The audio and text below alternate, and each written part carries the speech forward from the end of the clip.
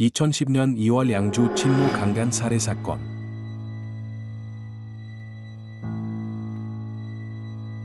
게임 중독과 불우한 환경이 낳은 비극.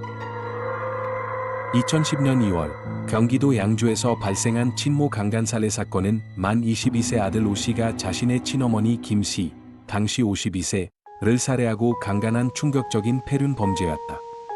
이 사건은 온라인 게임 중독 문제와 범인의 불우한 성장 환경, 그리고 심신미약 상태가 복합적으로 작용하라 빚어진 비극으로 당시 사회에 큰 충격을 던졌다.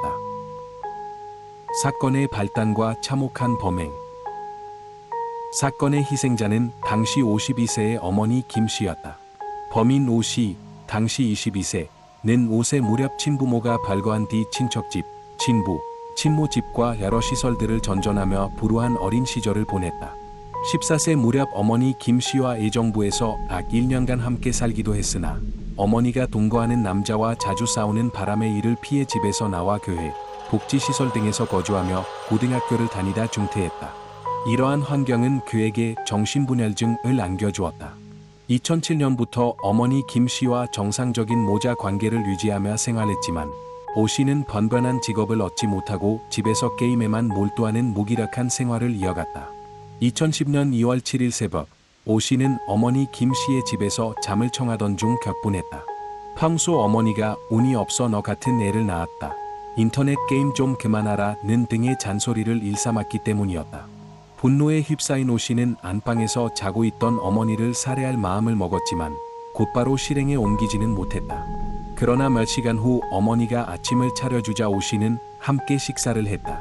그날 오후 1시쯤 어머니가 다시 안방으로 들어가 잠을 청하자 오 씨는 모자와 마스크를 쓴 채 공부하면서 망치를 꺼냈다. 그는 곧바로 안방으로 들어가 잠든 어머니의 머리를 8차례 가격했고 어머니가 실신하자 사망한 것으로 판단했다. 이 과정에서 피가 튈 것을 우려해 이불로 어머니의 얼굴 부위를 덮었는데 얇은 잠옷 바지를 입은 어머니의 하체가 드러나자 순간적으로 성욕을 느꼈다. 오 씨는 결국 어머니의 옷을 벗기고 냉장고에 있던 올리브유를 이용 자신의 성기를 삽입하러 강간했다. 강간을 마친 후 오 씨는 어머니가 아직 살아있는 것을 발견하고는 이불을 손으로 눌러 질식시켜 살해하는 잔혹함을 보았다. 또 다른 사건 정황으로는 어머니의 머리를 8번 가격하고 목을 졸라 이미 사망한 상태였으며 사망한 어머니를 보고 성욕이 느껴서 시간하려 하였으나 사후 경직으로 행위가 어려워지자 냉장고에 있던 올리브유를 이용해 시간했다는 사건 정황도 있다. 뭐가 되었든 이 새끼는 최악의 극단적인 폐륜아이며 그 잔혹성과 비정상성은 결코 용납될 수 없다는 건 달라지지 않는다. 피해자의 발바닥에는 한문으로 전왕이라는 글자가 적혀 있었다. 당시 경찰은 이 글자 때문에 처음엔 범행이 무속과 관련된 의식 범죄일 가능성을 의심하기도 했다. 범행 후에 냉담한 행적과 검거. 어머니를 살해한 뒤 오 씨의 행동은 더욱 충격적이었다. 그는 시신이 빨리 부패할 것을 우려하여 전기 장판 코드를 뽑고 어머니의 휴대전화 전원까지 꺼두는 치밀함을 보았다. 시신이 있는 안방 문을 잠근 뒤에는 거실에서 4시간 동안이나 테란하게 TV를 시청했다. 저녁 무렵 어머니의 지갑에서 신용카드를 들고 나와 애정부 시내 PC방으로 향했고 그곳에서 게임을 즐겼다. 오 씨는 집에 들어가지 않고 모텔에 투숙하며 만화책이나 소설책을 보는 등 아무 일도 없었다는 듯이 일상생활을 이어갔다. 그러나 범행 일주일 후인 2월 14일 설을 맞아 어머니 집에 찾아온 오 씨의 형에 의해 어머니의 시신이 발견되면서 사건의 전모가 드러났다. 경찰은 곧바로 수사에 착수했고 2월 16일 오 씨를 의정부의 한 PC방에서 게임을 하던 중 검거했다. 재판 과정과 결과. 오 씨는 존속살해 및 강간 혐의로 재판에 넘겨졌다. 1심 재판부는 오 씨가 극한의 폐륜 행위를 저질렀다고 판단했다. 그러나 그의 불우한 가정 환경과 정신분열병으로 인한 심신미약 상태에서 범행을 저질렀다는 점을 인정하여 징역 20년을 선고했다.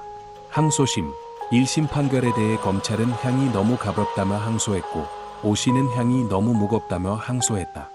2010년 10월 4일 열린 2심에서 재판부는 검찰의 주장을 받아들여 원심을 파기하고 오 씨에게 무기징역을 선고했다.